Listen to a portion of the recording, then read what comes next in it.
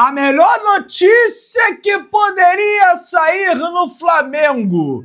Que história é essa de Pedro no Grêmio, Pedrão? Vamos falar sobre isso, o dia a dia do Flamengo. Flamengo e Santos amanhã, diretamente no Maracanã.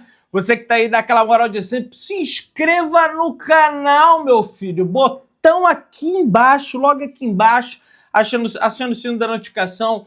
Deixa o teu like, tamo juntão. Toca aí, meu parceiro, minha parceira. Tocou então, vem comigo, Bruno Negro. Vamos às notícias do Flamengo. Se inscreveu? Então não tem jeito, as notícias do Flamengo. Eu tô soltando o vídeo um pouco mais tarde, pessoal. Geralmente o vídeo da tarde eu solto mais cedo. Porque eu tava com a dor no corpo, rapaz. Fui inventar de correr. Inventar não, né? Que bom, né? Correndo, emagrecendo. E aí tava com a dor no corpo, aí tomei um dipirona, deu uma descansada, falei, porra, vambora, vamos pro pau, que tem muita coisa aí pra gente conversar. Preparação finalizada no CT Ninho do Urubu para a partida de amanhã, Flamengo e Santos às 6h30 da tarde, meus amigos. E espero que os jogadores do Flamengo deixem a paçoca para comer depois do jogo e não entreguem a paçoca para o adversário. De certo, Léo Ortiz está fora da partida diante da equipe do Peixe. Resultado da avaliação de hoje para com o atleta é que o zagueiro ainda não tem plena condição de jogo, ou seja, ele não está 100% preparado para uma partida de futebol, fisicamente falando. Está com risco alto de lesão caso entre em campo, ou seja, de piorar a situação ali do tornozelo dele. Segue recuperação do trauma na área afetada e desfalca mais uma vez o Flamengo. Não é nenhum tipo de controle de carga, nenhum jogador vai ter controle de carga nessa partida diante da equipe do Santos. Apenas o Léo Ortiz, que é mais uma questão de fato de lesão e que pode evoluir para um quadro pior, que pode também colocar em risco a participação dele na final da Libertadores e no restante dos jogos da temporada, que também são importantes. Eu vou continuar acreditando no título brasileiro, apesar das paçocadas do Flamengo, não vou entregar as favas. Enfim, vamos ver o que o Flamengo... Agora, se não ganha amanhã, o que eu falei no vídeo da manhã, se não ganha amanhã do Santos, acho que moralmente meio que a gente vai perder o título. Porque vai ficar um... Pô, o Palmeiras ganhou. Aí no jogo seguinte, o Flamengo em casa não ganhou. Aí, enfim, vamos ver. Pessoal, há 43 anos acontecia o Dia da Vingança. Como assim, Pedrão? No dia 8 de novembro de 1981, o Flamengo devolveu a vitória, ou melhor, a derrota de 6-0 para o Botafogo, aplicando 6-0 no Botafogo, pessoal. Durante quase uma década, a torcida do Botafogo exibia várias faixas provocando o Flamengo. Nós gostamos de vocês. Já botava o número 6. Naquele dia o recado mudou de lado. O Zico, quando criança, viu o Flamengo tomar aquela bordoada do Botafogo e deu a volta por cima e conseguiu aplicar o troco no Botafogo. E espero que o Flamengo também, nesse curso da história, consiga aplicar o truco no Palmeiras, na final da Copa Libertadores. Mas falando um pouco mais sobre a partida de amanhã entre Flamengo e Santos, teremos o retorno aí de Bruno Henrique e Everton Araújo, que estavam ausentes em razão de cartão. O Everton Araújo tomou vermelho, Bruno Henrique tomou o terceiro amarelo no banco, que não pode acontecer, tem que ser chamada a atenção. Aliás, já tinha que ter sido chamada a atenção em relação a isso. Segundo o último treinamento do Flamengo, o provável time do Flamengo que deve entrar em campo deve contar com Rossi no gol, Danilo, Léo Pereira, Alexandre do lado esquerdo, Varela, volância, Eric Pulgar, Saul, mais à frente de Arrascaeta, caindo pelo lado direito, Carrascal, que vem jogando muito bem. Do lado esquerdo, Samuel Lino, que tá recuperando, fez bom jogo contra o Sport, fez gol contra o São Paulo, que já é uma equipe ali melhor do que a equipe do Sport, logicamente. E no ataque, o Bruno Henrique, tá? O centroavante hoje, centroavante, Bruno Henrique. Não tem Pedro. O Juninho. Rapaz, eu não sei o que é o Juninho... Assim, falando de forma metafórica, tá, gente? Eu não tô dando nenhuma informação aqui não, tá? Mas não sei o que o Juninho fez pro Felipe Luiz. Eu me lembro lá quando... Vocês lembram quando o Rogério Ceni trabalhava no Flamengo? Aí teve a história lá que ele deixou um frango guardado lá na madrugada, foi um vigia lá do Flamengo que comeu o frango do Rogério Ceni. O Rogério Ceni ficou pé da vida. Eu não sei se o Juninho, de repente, comeu o frango do Rogério, do Felipe Luiz, o que ele fez, entendeu? Para merecer chance zero, ou então entrar ali na bacia das almas da partida. Então, realmente, me causa espécie isso aí, mas, enfim, o Bruno Henrique meteu 2 gols contra o Sport. Espero que ele mantenha a boa forma e faça também contra o Santos. Tem a lei do ex, né? Tem a história da lei do ex aí que pode ser aplicada. Todos os ingressos foram vendidos para a partida de amanhã entre Flamengo e Santos. Nenhum ingresso disponível. O Flamengo tem os 10 melhores públicos do Brasileirão 2025, com o primeiro deles sendo o Cruzeiro, 72.565 pessoas, contra o Palmeiras, 71.651 pessoas. O Flamengo chegou a bater a casa dos 70 mil pessoas 2 vezes, né, no Campeonato Brasileiro, falando apenas do Campeonato Brasileiro, e amanhã vai ser casa cheia e o time dentro de campo tem que retribuir, em nome do Plata, a pataquada que eles fizeram. Eles, eu acho complicado, porque eu nem acho que o time todo em si jogou mal. Acho que algumas peças ali deixaram a desejar na partida diante da equipe do São Paulo.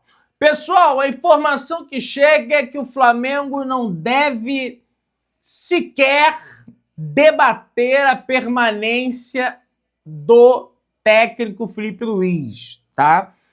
Independente dos resultados que o Felipe Luiz tiver nas competições, na final da Libertadores, na reta final do Campeonato Brasileiro, a diretoria deve renovar com o jogador. Eu já cheguei a falar aqui que vai depender do resultado. Sabe por quê? Não porque eu quero que seja assim, mas o futebol brasileiro é isso. Ainda mais o Flamengo, que tem essa veia demitidora de treinador, né? Não à toa, o Felipe Luiz, depois do Vanderlei em 2011, foi o primeiro treinador a completar 1 ano no cargo. Isso porque também ele conseguiu ali determinados objetivos, determinados títulos. Agora, se o Flamengo estiver pensando no projeto a longo prazo, eu acho que tem que renovar mesmo. Eu acho que tem que renovar. Entende? Penso dessa maneira. É um treinador que erra, é um treinador que vai amadurecer, tem pouco tempo de estrada como técnico de futebol, tá aí na casa dos seus 40 anos de idade, tem muita coisa a aprender pela frente, a história da teimosia, das convicções, que todo treinador de fato tem que ser suas convicções, mas precisa refletir olhando um horizonte um pouco maior, insistências com determinados jogadores, enfim, tem tudo isso, né? Mas eu acho que tem que renovar sim o contrato do Felipe Luiz. Pessoal, torcedores que estão comprando ingressos do Flamengo para a final da Libertadores confirmam que não é possível vincular portador. Ele já está sendo automaticamente vinculado ao sócio titular do plano, ou seja, aquela história de, por exemplo, em 2019 foi assim, né? Vou falar da experiência de 2019 e teve outras também que foram assim, 21 também foi assim, que é o seguinte, gera-se um código. Esse código era enviado para o seu e-mail. Através do código gerado, você pegava esse código, entrava no site da Conmebol e comprava o ingresso. E ali você escolhia botar o nome no ingresso e coisa e tal. Hoje não. Hoje já está automaticamente vinculado ao nome do sócio. Ou seja, aquele cara que não vai a Lima não poderá ceder a sua prioridade, o seu código, entre aspas, para outro, que já vai estar vinculado, o nome já vai estar vinculado. Então, você automaticamente tem que virar sócio ou esperar a chegada para a venda do público geral. Hoje, dia 8, a venda começou às 2 da tarde para quem é Nação Maraca 1. Amanhã, no dia 9, às 10 da manhã, Nação Maraca 2. No mesmo dia 9, às 2 da tarde, Nação Maraca 3.